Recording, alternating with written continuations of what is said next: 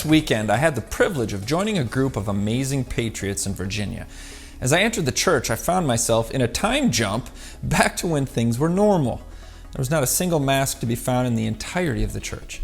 People worshiped their Creator, unencumbered by coercive burdens laid upon them by the state.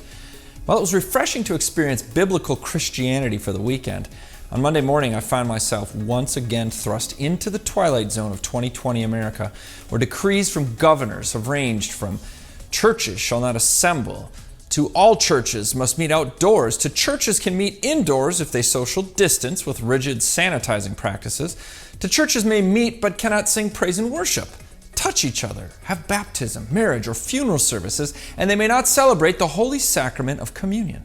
To top it off, governments are now requiring of churches that they wear a mandatory mask when attending services.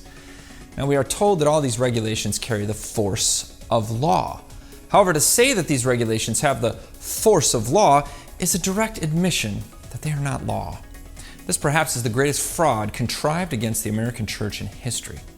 When Thomas Jefferson promised a protective wall of separation of church and state to the Danbury Baptists, he assured them that no American civil government would ever be construed to deny churches their religious rights and privileges. Furthermore, government could never dictate, regulate, or make any law concerning an establishment of religion that would prohibit in any way, shape, or form the free exercise thereof. Jefferson, of course, was referring to the First Amendment to the United States Constitution to back up his claims and promise. So you see, there is no lawful authority for government to encroach upon the religious worship of the church.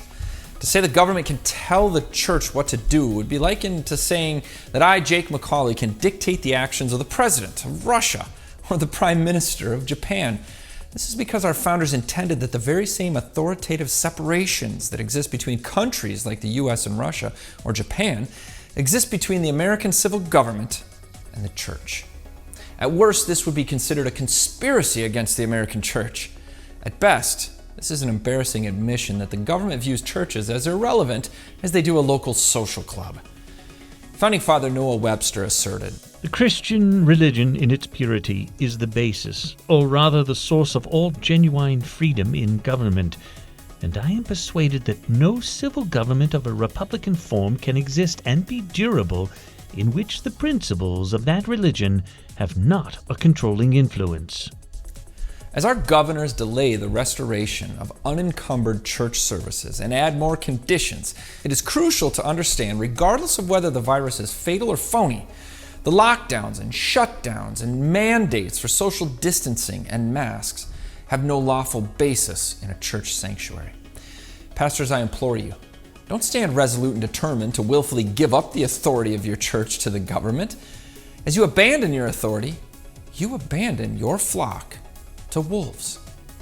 This is Jake MacAulay with the Institute on the Constitution, bringing you the American view. Thank you for watching our weekly commentary on the Constitution. You can join us in our mission to restore the constitutional republic through grassroots education by, first of all, praying for us. Secondly, you can study our materials. You can purchase courses and materials on our store or become a member and get all of our content online at instituteontheconstitution.com. Lastly, share. Share your knowledge, share our content, and teach our courses in your homes and community.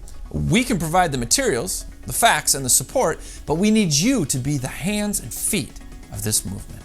May God bless your efforts, and thank you.